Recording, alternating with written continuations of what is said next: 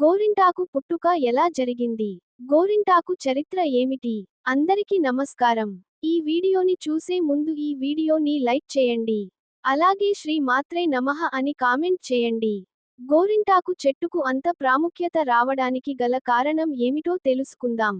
మన ఇంట్లో ఏడైనా శుభకార్యాలు లేదా పండగలు వస్తే ఆడపిల్లలు చేతులకు గోరింటాకు పెట్టుకుంటారు. గోరింటాకు కేవలం అందానికి మాత్రమే కాకుండా ఆరోగ్యానికి కూడా ఎంతో మేలు చేస్తుంది. గోరింటాకుకు అంత ప్రాముఖ్యత రావడానికి గల కారణం ఏమిటో ఇక్కడ తెలుసుకుందాం. పురాణాల ప్రకారం గౌరీదేవి చిన్నతనంలో తానా చెలికత్తెలతో కలిసి వనంలో ఆడుతుండగా రజస్వల అయింది. ఆ సమయంలోనే ఒక రక్తపు చుక్క నేలపై పడి అక్కడ ఒక మొక్క పుడుతుంది. ఈ వింతను చూసిన చెలికత్తెలు ఈ విషయాన్ని హిమవంత రాజుకు చెబుతారు. ఈ విషయానికి విని రాజు సతీసమేతంగా ఆ మొక్కను చూడడానికి వనానికి చేరుకుంటారు.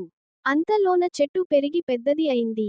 అప్పుడు పార్వతీదేవి ఆ చెట్టు ఆకులను కోస్తుంది. అప్పుడు ఆమె వేళ్లు ఎర్రగా మారుతాయి.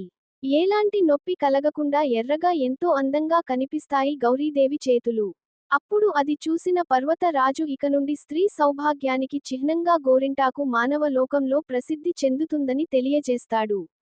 అదే విధంగా పార్వతీదేవి రజస్వాల అయిన సమయంలో ఈ చెట్టు ఉద్భవించటం వల్ల గోరింటాకు పెట్టుకుంటే గర్భాశయ దోషాలు తొలగిపోతాయి.